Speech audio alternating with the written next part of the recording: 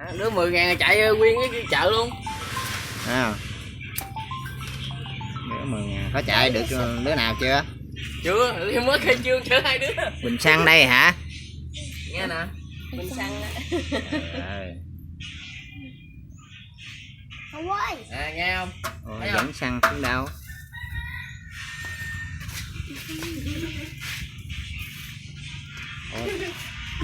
Chiều qua chở cho con rồi bông. Để xăng hờ gì chừng nào hết rồi đổ vô hả? Hết thu vô, xăng phải nhớt. Thấy không? Bình nhớt hay á. Vậy là cái này cái máy cắt cỏ. Đúng rồi. Máy cắt cỏ.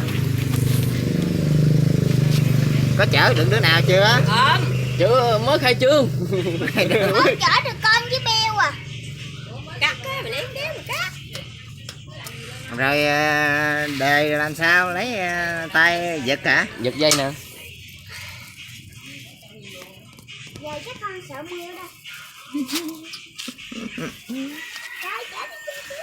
Đứa 10.000 được rồi.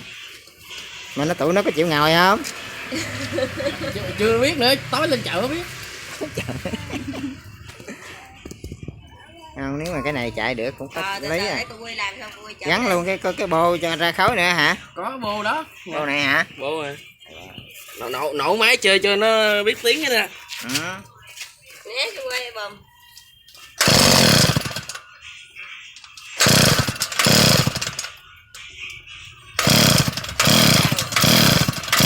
Nó xăng à? Còn xăng chứ.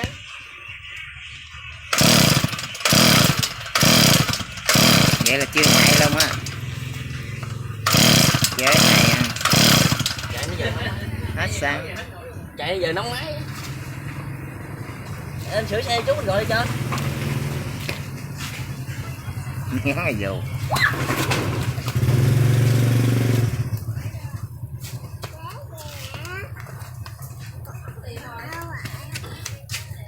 Còn xăng mà. Xăng sao chậm nổ.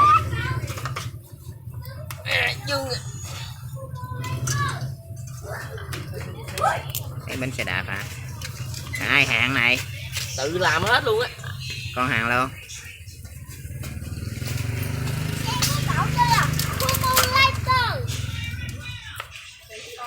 Nó hay hàng luôn hả?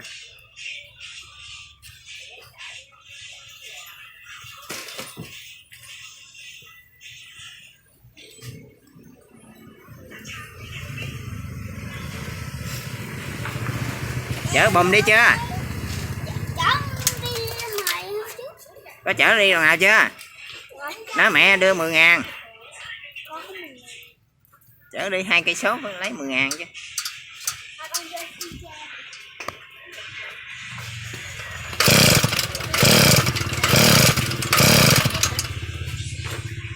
Sao giờ nó chậm rồi?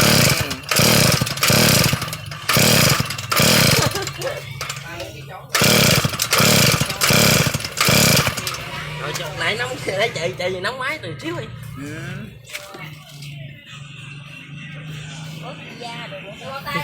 Buri phải làm buri cho nó thiệt ngon. Nóng máy nó chậm nổ hả? Nổ rồi chứ nãy giờ chạy lâu quá. Rồi. Mày lấy máy phun xương á phun vô. Đó xong rồi không? Nè, cái bình được nhiêu? Cái bình nó được nhiêu lít nhiêu xăng? Được 10.000 á. Mới hoàn thành xong á hả?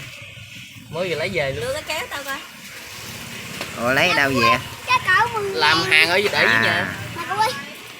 Đó 10.000 kìa. Rồi bỏ túi luôn rồi. Chơi khô máu luôn. Để tao cộng dây luôn. Vô quá. Che nắng mà. Phải chờ nguội chút hả? Giật nó mới được hả? Sao kỳ vậy? Đáng lẽ đúng là nóng mà nó mới nhạy hơn chứ. Không biết nữa. Nó bị vấn đề. Cái chuyện buri á. Này xăng pha nhớt. Xăng pha nhớt.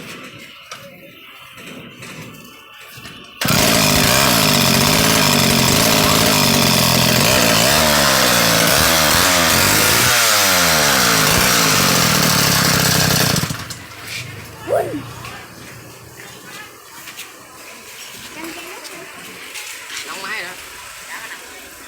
Kia con Quy chở đi vòng. Rồi chở vòng đi, lấy 10.000 rồi, có Quy bùm rồi. chở hướng vòng coi. Chạy lên nào. Lên xe. Chạy lên. Xe. Lấy khăn làm mũi em ơi. Mẹ leo lên xe ngồi gãy xe con Quy. Chơi xíu anh gọi cho nhau. Rồi bùm leo lên. Trời ơi sợ. Sợ xe đá luôn. Để chạy giữa chừng đá quần hả mày? À để con Quy leo lên. Để cô giật máy rồi.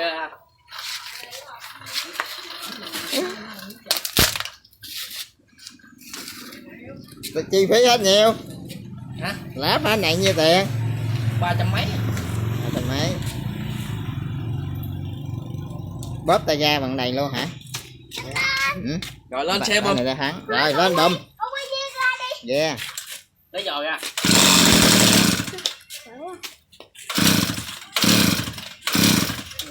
Trúng chân trái.